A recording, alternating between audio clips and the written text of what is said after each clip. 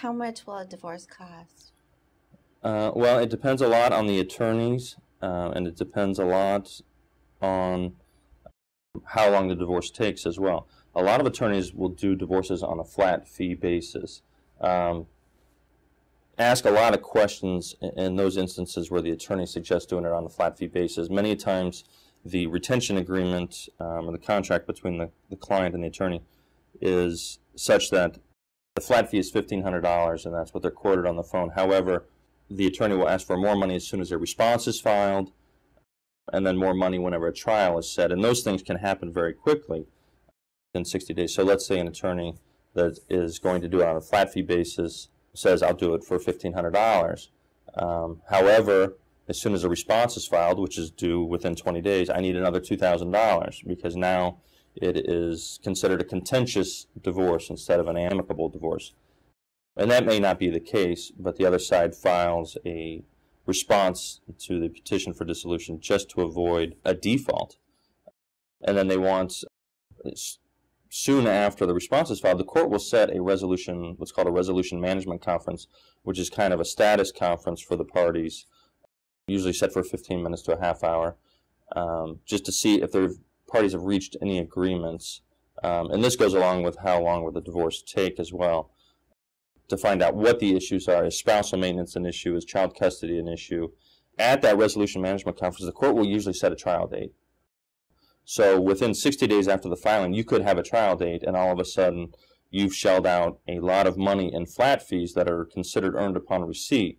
So in the instance that I just gave, where they want $1,500 to start the paperwork, another $2,000 once a response is filed, and then another $2,000 or let's say $2,500 for the purpose of keeping it even money.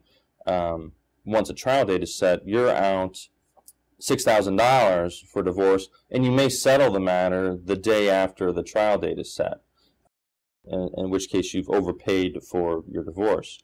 And that's a risk that the client runs in entering into a flat fee agreement. Now, the attorney also takes a risk in that if they do it on a flat fee agreement, the matter it could go all the way to trial. It could be highly contentious, in which case the client has certainly gotten their money worth in those instances. Many attorneys, and we do it on an hourly basis, we ask for a retainer up front, which is an initial deposit on the account, usually anywhere between $3,000 and $5,000 is a pretty good average for initial retention agreement or initial retainers.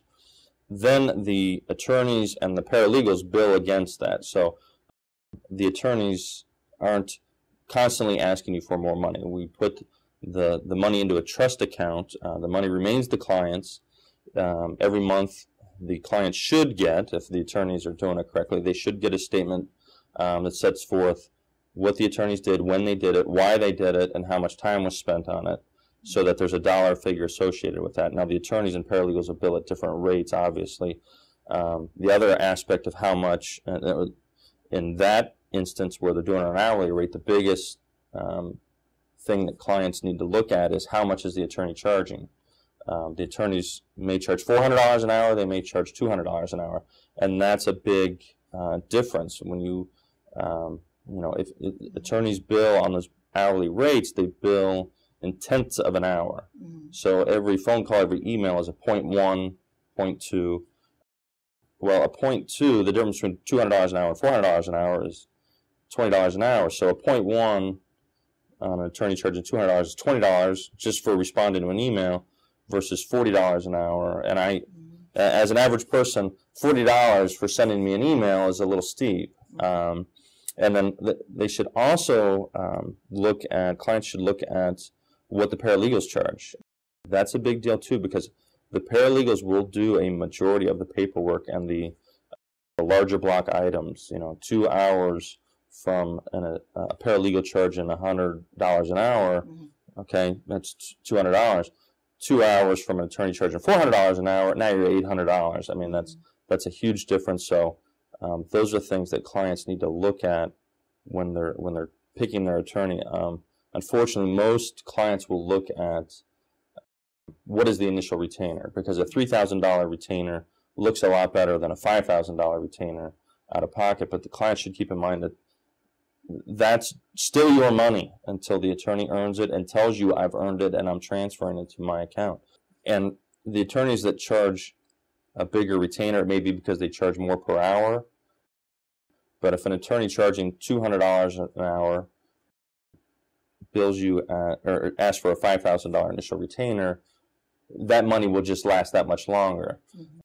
The end result of the initial retainer is, if things go smoothly, which hopefully they do, a petition is filed, the response is filed, and you enter a consent decree without a lot of disputes about whatever the issues are involved in the divorce.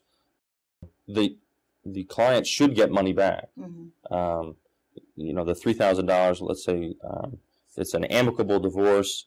The parties, before they even file, they've reached an agreement on everything. They just need someone to draw up the papers for them and make sure it's right, especially when child custody and parenting time is involved. The parties should get an attorney to make sure that the parenting plan is in place and it's firm.